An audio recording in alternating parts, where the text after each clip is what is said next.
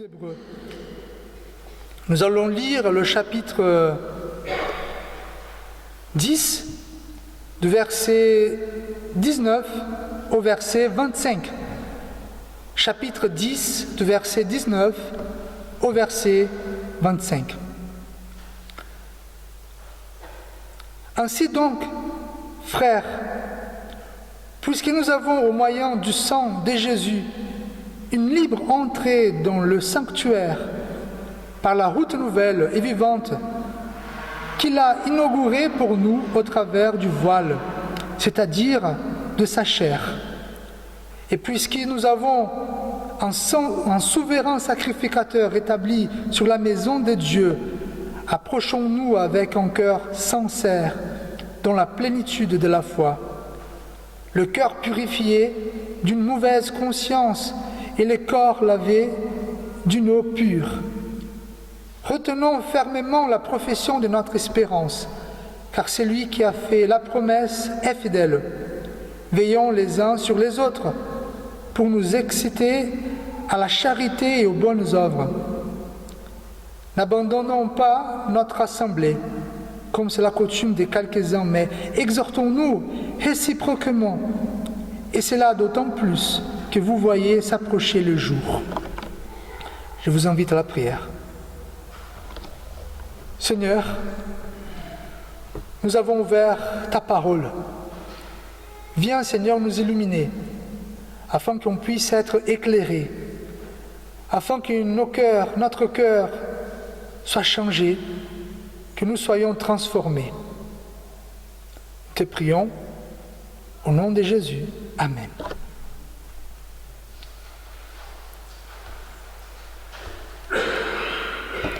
Je commence avec une anecdote personnelle. Quand je suis allé à la fac de théo pour devenir pasteur, en fait, il fallait faire des examens au niveau de la connaissance biblique, de la connaissance théologique, même au niveau des compétences de la langue portugaise. Et donc, après cette difficulté avec ces contrôles, finalement, moi, avec 25 étudiants, nous étions à la première année de théologie. Mais, au fur et à mesure, les examens, les contrôles, les problèmes de la vie, il y avait de plus en plus des étudiants qui désistaient. Et à la fin, après un cycle de 5 ans, il n'y avait que 5 élèves qui s'est formés, 5 étudiants. Mais cette situation n'est pas seulement dans la fac de théo, mais dans toutes les facultés. Les élèves qui prennent leur bac, les étudiants qui arrivent à leur bac, et qui arrivent à la faculté, mais qui ne vont pas forcément finir ces études, à cause de plusieurs choses, des difficultés, mais aussi des problèmes de la vie. Frères et sœurs, la foi, elle est belle. Quand on reconnaît Jésus comme notre Sauveur, quand on reconnaît toutes les promesses des grâces que nous avons reçues de la part de Dieu, tout cela c'est beau. Nous découvrons que nous pouvons parler directement à Dieu.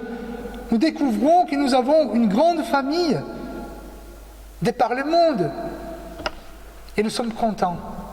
Mais au fur et à mesure que nous vivons, on rencontre des difficultés. Il y a des contrôles, il y a des examens difficiles. Et nous sommes toujours invités, malheureusement, à quitter la foi, à abandonner la foi. Mais notre texte a comme but de nous encourager à tenir bon. Vous savez, on ne sait pas qui a écrit cette lettre aux Hébreux. En fait, les Hébreux étaient des chrétiens qui vivaient à la Turquie aujourd'hui. Donc, et qui passaient par des persécutions, qui vivaient un moment très troublé dans leur foi. Mais l'écrivain, il va écrire une lettre pour encourager les chrétiens de l'Asie mineure.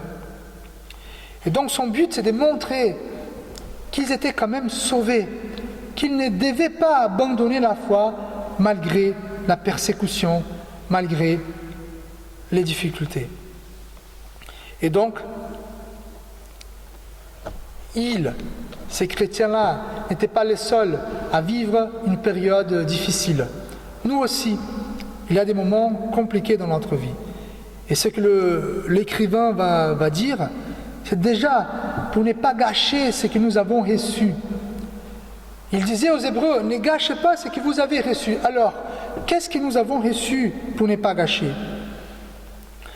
Bon, déjà, nous avons reçu l'opportunité de nous approcher de Dieu.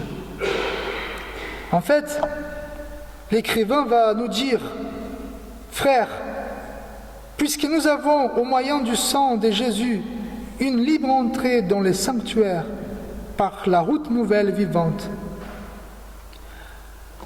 il est en train de nous dire que nous pouvons nous approcher de Dieu. Et en fait, il va utiliser une image de l'Ancien Testament, les sanctuaires. Et les sanctuaires, bon, le premier comme le 12e temple, c'était un temple, il y avait plusieurs locaux dedans. Et tout au bout du temple, il y avait ce qu'on appelait de sanctuaire, ou le Saint des Saints. C'est là où était l'Arche d'Alliance. C'est là où signifiait la présence de Dieu. Et en fait, ces sanctuaires étaient fermés par une voile, mais une voile épais comme ça. Voilà. Et donc, une fois par an, les grands sacrificateurs du pays avaient le droit d'entrer à ces sanctuaires pour faire son service, pour faire les sacrifices. Et selon la tradition, ce sacrificateur, il y entrait avec une corde serrée sur la ceinture, autour de la ceinture, au cas où il meurt, quelqu'un puisse le récupérer. Parce qu'en fait, dans le sanctuaire, personne ne pouvait entrer, sauf les sacrificateurs. Si quelqu'un entrait dans le sanctuaire, même un sacrificateur impur, il pouvait être tué par la présence de Dieu. Et ce que l'écrivain est en train de nous dire, c'est que nous avons la liberté d'entrer dans ces sanctuaires, dans la présence de Dieu, sans avoir peur de mourir. En fait, quand Moïse est à la montagne, il demande le peuple de s'approcher de la présence de Dieu. Le peuple dit non, on ne peut pas, parce que la présence de Dieu, c'est trop puissante pour nous. Elle va nous écraser. Mais c'est que l'écrivain est en train de nous dire, c'est que nous pouvons nous approcher de Dieu grâce à Jésus-Christ. Jésus-Christ qui nous a ouvert un chemin pour accéder à Dieu. Et il va dire, c'est en fait, le texte dit, un chemin inauguré pour nous au travers du voile. Voilà, c'est le voile dont je viens de parler. C'est-à-dire sa chair. Donc le voile a été déchiré, ça veut dire sa chair. Donc grâce à sa mort, nous pouvons être dans la présence de Dieu, à la présence de Dieu. Mais ça va un peu plus loin quand même. Il va dire au verset 21, et puisque nous avons un souverain sacrificateur établi sur la maison de Dieu. Donc Jésus, il nous ouvre le chemin pour être auprès de Dieu, mais il y reste quand même. Il reste pour intercéder pour nous. Il reste pour être notre avocat. Donc il nous ouvre le chemin. Il reste avec nous. Donc nous pouvons nous approcher de Dieu. Je me rappelle un jour où j'avais un pasteur qui était un ami à moi à São Paulo. Il était un pasteur vedette, c'était un pasteur connu. Et donc il était connu par plusieurs célébrités. Une fois, un footballeur très connu au Brésil, Marcelinho Carioca, je ne sais pas si ça vous dit, il appelle ce pasteur, il dit « Pasteur, est-ce que vous pouvez prier pour l'équipe ?» Le pasteur a dit « Oui, je viendrai prier pour l'équipe. » Et donc, comme j'étais à côté de lui, du pasteur, il m'a dit « Fabio, est-ce que tu veux bien venir avec moi? J'ai dit, oh, évidemment, comme ça j'aurai l'occasion de connaître le footballeur. Je viens et c'était super sympa, il nous a reçus à l'hôtel, le footballeur m'a offert des sodas, c'était sympa. Et en fait, je me suis rendu compte que je pouvais être avec lui grâce au pasteur qui était là-bas. Parce que moi, je n'étais pas mis à cet footballeur. Et en fait, nous pouvons rester auprès de Dieu grâce à Jésus-Christ, grâce à ce qu'il est, à ce qu'il a fait. Frères et sœurs, malgré les difficultés de la vie, ne gâchons pas l'opportunité d'être proche de Dieu, de pouvoir prier Dieu, de pouvoir lui faire des supplications. Mais le texte, il continue. Il va dire aussi, pour les chrétiens persécutés, que nous pouvons, parce que nous pouvons venir auprès de Dieu, nous pouvons adorer. Il va dire, maintenant nous pouvons rendre un culte à Dieu. Il va nous montrer une façon de louer notre Dieu, d'adorer notre Dieu. C'est vrai que normalement, il n'y a pas une façon, une manière d'adorer Dieu. On peut le faire chez nous, ici au temple, dans les groupes des maisons, dans les réunions de prière. Mais c'est que l'écrivain va nous dire, c'est essentiel pour l'adoration. Regardons ce qu'il nous dit. Approchons-nous avec un cœur sincère, dans la plénitude de la foi, les cœurs purifiés d'une mauvaise conscience et les corps lavés d'une eau pure. Ah mais c'est très beau, c'est des paroles très chrétiennes, mais qu'est-ce que ça veut dire finalement? Et quand on regarde un peu plus près ces déclarations, on voit quand même qu'il y a des choses importantes. Par exemple, les chrétiens doivent adorer avec un cœur sincère. Qu'est-ce que ça veut dire? Ça veut dire que Dieu, il connaît nos cœurs. Il connaît notre cœur. Donc venir auprès de lui sans avoir le désir, sans avoir un cœur sincère, ça ne sert à rien. On ne peut pas duper Dieu. Ce n'est pas les belles paroles, les beaux discours qui vont toucher le cœur de Dieu. C'est en fait un cœur sincère. Et quand il dit un cœur sincère, ça veut dire dans tous les sens. Ça veut dire si tu viens auprès de lui avec la haine, avec des plaintes, avec la tristesse, il vous accepte dès que vous avez un cœur sincère. Quand on regarde les psaumes, il y a des plaintes là-dedans, très dures. Dieu, tu m'as oublié. Mais quand même, c'est un cœur sincère. Donc l'adoration à Dieu démarre par un cœur sincère. Mais il va dire aussi dans la plénitude de la foi. Pourquoi? Parce qu'adorer Dieu vient toujours avec la conscience de ce que Jésus a fait pour nous. Comme nous avons vu, Jésus a été mort pour nous. C'est lui qui a fait ce chemin. Donc on ne peut pas oublier ça. Donc l'adoration à Dieu vient avec la foi en Jésus-Christ. Il continue, il nous dit avec le cœur purifié et les corps lavés. C'est quoi ces deux déclarations? Bon, d'abord, un cœur purifié d'une mauvaise conscience, c'est la conscience que nous sommes des pécheurs, qui malgré nos tentatives de faire le bien que nous voulons, nous faisons le mal que nous ne voulons pas. Et en fait, c'est comme nous avons fait ce matin. Nous avons reconnu nos péchés. Mais de la même façon que nous reconnaissons nos péchés, nous sommes conscients que nous sommes pardonnés. C'est pour ça le corps lavé d'une eau pure. Donc nous arrivons devant Dieu avec la certitude que nous ne sommes pas parfaits, mais aussi avec la certitude que nous sommes pardonnés. Voilà. Pendant les moments de difficulté, ne gâchons pas ce que nous avons reçu, l'opportunité de nous approcher de Dieu, l'opportunité de l'adorer, mais aussi, dans ces temps de difficulté, il faut persévérer avec espérance. Retenons fermement la profession de notre espérance, car celui qui a fait la promesse est fidèle. En fait, quelle est l'espérance qui rejoint qui unit tous les chrétiens, soient-ils catholiques, protestants, évangéliques, peu importe.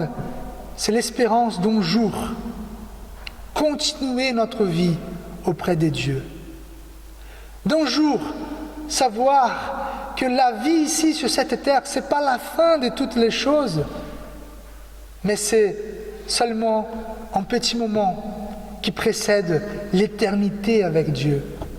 Peut-être vous dites, ah mais Fabio, j'ai 80 quelques années, j'ai vécu une bonne vie, donc je peux bien partir. Bien pour vous, mais il y a des enfants qui meurent de faim. Il y a des jeunes qui meurent à cause de plusieurs choses, des accidents, des maladies. Donc la vie, peut-être pour quelques-uns, c'est très bien, très belle, mais pour d'autres, pas du tout. Et donc une espérance que la vie ne se termine pas sur cette terre et qu'elle va continuer bien et belle au-delà, ça doit quand même nourrir notre foi et notre espérance. Et pour finir, le texte nous dit le dernier encouragement que l'écrivain va nous donner pendant les temps de difficulté. Et c'est vrai qu'après toutes les annonces qu'on reçoit par les médias tous les jours, les pénuries, le manque de chauffage, voilà, n'importe quoi, en fait, nous sommes dans un moment difficile. On ne sait pas, peut-être c'est que de la propagande, peut-être c'est de la pub, je ne sais pas. Mais en tout cas, c'est annoncé des temps difficiles pour nous. Et le dernier encouragement qu'il va nous donner, ça veut dire veillons les uns sur les autres pour nous exciter à la charité et aux bonnes œuvres. Ça veut dire quoi? Ça veut dire déjà, si on voit un monde méchant qui ne nous donne que la méchanceté, en fait, nous devons répondre avec l'amour, avec la charité. Mais il continue, il dit, n'abandonnons pas notre assemblée, comme c'est la coutume des quelques-uns, mais exhortons-nous réciproquement à cela, d'autant plus que vous voyez s'approcher les jours. Et là, ça parle au fond du cœur du christianisme. En fait, il y a beaucoup de choses qui c'est l'essence du christianisme. Et l'une des choses, c'est quoi? C'est la communion des frères et sœurs.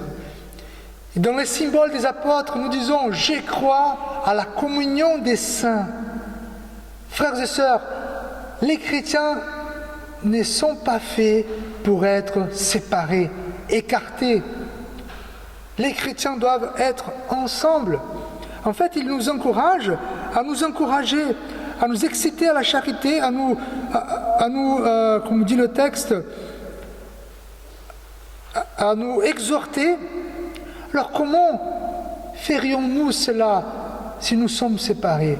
Comment encourager les uns les autres si nous ne nous voyons pas? Voilà l'enjeu. Et donc, pour ces temps de difficulté, restons ensemble. Peut-être que vous ne pouvez pas venir tous les dimanches, ça c'est pas un problème. Mais restons-nous ensemble dans le cœur. Priez les uns pour les autres. Gardez quand même les contacts. Oui, on peut faire des appels, on peut faire des visites, on peut tenir les contacts. Mais ne nous séparons pas à présent. Pour finir, je vous raconte un exemple. Moi, j'aime bien le skateboard. Moi, je roule encore du skate. Et en fait, il y a une chose très intéressante dans les skateparks, c'est en fait qu'on voit des jeunes, des enfants, des vieux qui roulent. On voit ceux qui maîtrisent bien les figures, les choses, les manœuvres, tout ça.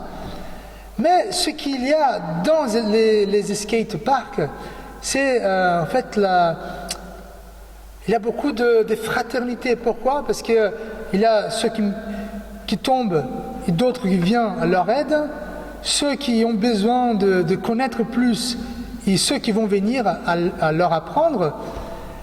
Et quand je regarde un peu l'église, pour moi c'est un peu ça. Il y a des gens de tous les âges. Il y a ceux qui maîtrisent bien la foi, ceux qui sont plus expérimentés, Il y a d'autres qui sont plus faibles, mais nous sommes tous dans la même Église, dans le même corps de Christ. Je vous invite à la prière. Seigneur, Père éternel, nous te louons parce que nous pouvons nous approcher de toi. Nous avons un libre chemin pour venir auprès de toi, Seigneur. Merci pour ce que Jésus-Christ a fait pour nous. Même si cela a été gratuit pour nous, mais cela a coûté beaucoup pour Jésus-Christ. Mais Seigneur, aide-nous à t'adorer avec un cœur sincère. Seigneur, et dans les moments difficiles, aide-nous à persévérer dans l'espérance qui nous unit, la vie éternelle. Et Seigneur, que nous n'oublions pas la famille chrétienne. Sois avec nous, Seigneur, et que ton esprit vienne à notre aide. Amen. La semaine prochaine, nous aurons un culte famille jeunesse. Donc là, ce sera un culte où nous allons faire avec les jeunes. Donc je vous invite, si vous avez des jeunes dans votre famille, n'hésitez pas à les inviter pour venir. Donc la semaine prochaine, dimanche prochain. Et maintenant, je vous recommande à Dieu et à la grâce qu'il nous a promise. Ayez donc comme ses élus, ses saints et ses bien-aimés des sentiments de miséricorde. Revêtez-vous de bonté, d'humilité, de douceur, de patience, vous supportant les uns les autres, en vous pardonnant réciproquement comme le Seigneur vous a pardonné. Et par-dessus tout, revêtez-vous de l'amour, qui est le lien de la perfection. Que l'amour de Dieu notre Père, la grâce de Jésus notre Seigneur et Sauveur, et la consolation du Saint-Esprit soient avec vous tous, avec l'Église de Dieu, aujourd'hui et à jamais. Amen.